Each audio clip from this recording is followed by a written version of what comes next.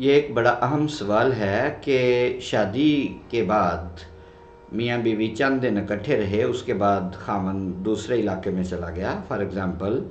England میں، امریکہ، Canada یا کسی بھی ملک میں چلا گیا، وہاں وہ 4-5 سال سے رہ رہا ہے اور بیوی نے پیچھے سے خلا کا دعویٰ کر دیا اور نتیجتاً عدالت نے وہ خلا دے دی اور خلا ہو بھی گئی، تو ایسی صورت میں کیا بیوی عدت گزارے گی یا نہیں؟ اس حوالے سے اللہ تعالیٰ کا یہ ارشاد میں آپ کو سنانا چاہتا ہوں۔ اللہ تعالیٰ نے قرآن پاک میں ارشاد فرمایا، یا ایھا النبی اذا طلقتم النساء فطلقوہن لعدتہن واحصوا العدۃ۔ اے نبی صلی اللہ علیہ وآلہ وسلم، مومنوں سے فرما دیجئے کہ جب تم عورتوں کو طلاق دینا چاہو تو ان کے طہر کے زمانہ میں انہیں طلاق دو اور پھر عدت شمار کرو۔ دوسرے مقام پر اللہ تعالیٰ نے فرمایا، والمطلقات یتربصن بانفسہن ثلاثۃ قروء، اور طلاق یافتہ عورتیں اپنے آپ کو 3 حیض تک روکے رکھیں۔ ان آیات مبارکہ میں طلاق کی عدت پوری کرنے کا حکم پایا جاتا ہے، لہذا حکم باری تعالیٰ کے مطابق میاں بیوی کی علیحدگی خواہ طلاق کی صورت میں ہو، خلا کی صورت میں ہو، تنسیخ نکاح کی صورت میں ہو، کسی بھی صورت ہو، عورت پر عدت پوری کرنا فرض ہوتا ہے۔ عدت کا مقصد صرف یہ نہیں ہے کہ وہ پریگننٹ تھی تو یہ جانا جائے کہ پریگننٹ تھی، یہ مقصد نہیں، صرف ایک ہی مقصد نہیں ہے، بلکہ علماء کرام نے اور مقاصد بھی بیان فرمائے ہیں، جیسا کہ شمس الدین محمد بن ابو بکر المعروف ابن قیم رحمۃ اللہ تعالیٰ علیہ نے اعلام الموقعین میں عدت کے شروع ہونے کے کچھ اسباب اور حکمتیں بیان کرتے ہوئے جن کا اعتبار شریعت نے کیا ہے ان کو گنوایا ہے۔ وہ 5 وجوہات انہوں نے ذکر فرمائی ہیں۔ پہلے کہتے ہیں نمبر 1، رحم کا خالی ہونا، جو عام طور پر لوگوں میں یہ مشہور ہوتا ہے، تاکہ 2 یا 2 سے زیادہ وطی کرنے والوں کی منی ایک رحم میں جمع نہ ہو جائے، جس سے نسب میں اختلاط ہوگا اور نسب خراب ہو جائے گا، ایک وجہ یہ۔ دوسری کہتے ہیں تعظیم و خاطر ھذا العقد ورفع قدرہ و اظہار شرفہ، عقد نکاح کی تعظیم، اس کی قدر و منزلت کو بلند کرنا، یعنی یہ کہنا کہ یہ نکاح ایک بہت بلند قدر و منزلت والی چیز ہے، اور اس کی شرافت کو ظاہر کرنا، یہ بھی مقصد ہے کہ نکاح والی عورت جو تھی، نکاح کتنا عظیم کام تھا۔ تیسری وجہ بیان کرتے ہیں تطویل و زمان الرجعتی، ترجمہ بتا دیتا ہوں، طلاق جب کوئی انسان دیتا ہے تو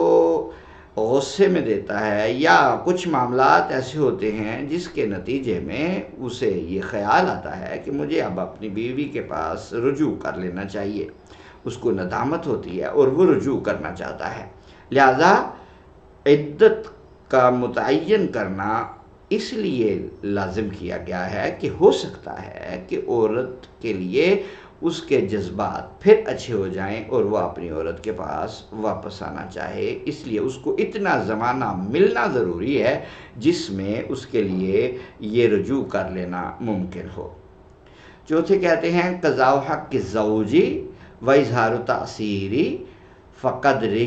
فی المن من التزین والتجمل، شوہر کے حق کی ادائیگی اور زیب و زینت اختیار کرنے سے روکنا بھی مقصود ہے کہ جب عورت نکاح میں ہوتی ہے تو وہ زیب و زینت کر سکتی ہے، لہٰذا وہ شوہر کے نہ ہونے کی تاثیر کا اظہار بھی ہونا چاہیے اس کی زندگی پر کہ اب اس کا شوہر نہیں ہے، تو اتنا وقت اسے ملنا چاہیے، لوگوں کو پتہ لگنا چاہیے کہ اس کا شوہر اب موجود نہیں رہا۔ اور یہی وجہ ہے کہ آباء و اجداد پر سوگ منانے کی بنسبت شوہر پر سوگ منانا یہ زیادہ مشروع ہے۔ اسی طرح 5ویں وجہ وہ لکھتے ہیں الاحتیاط لحق الزوج ومصلحۃ الزوجۃ وحق الولد والقیام بحق اللہ الذی اوجبہ، ترجمہ بیان کر دیتا ہوں۔ کہتے ہیں شوہر کے حق میں، کہتے ہیں کہ شوہر کے حق میں احتیاط بیوی کی یہ ہے کہ وہ بچے کا حق اور اللہ کے حق کو قائم رکھے جس کو اس نے واجب کیا ہے، اللہ نے حق۔ اسی طرح عدت میں 4 حقوق ہیں، اور شریعت نے جس سے آپ عہد کرتے ہیں، جس سے آپ معاملہ کرتے ہیں، اس کے حق میں موت کو وطی کے قائم مقام قرار دیا ہے،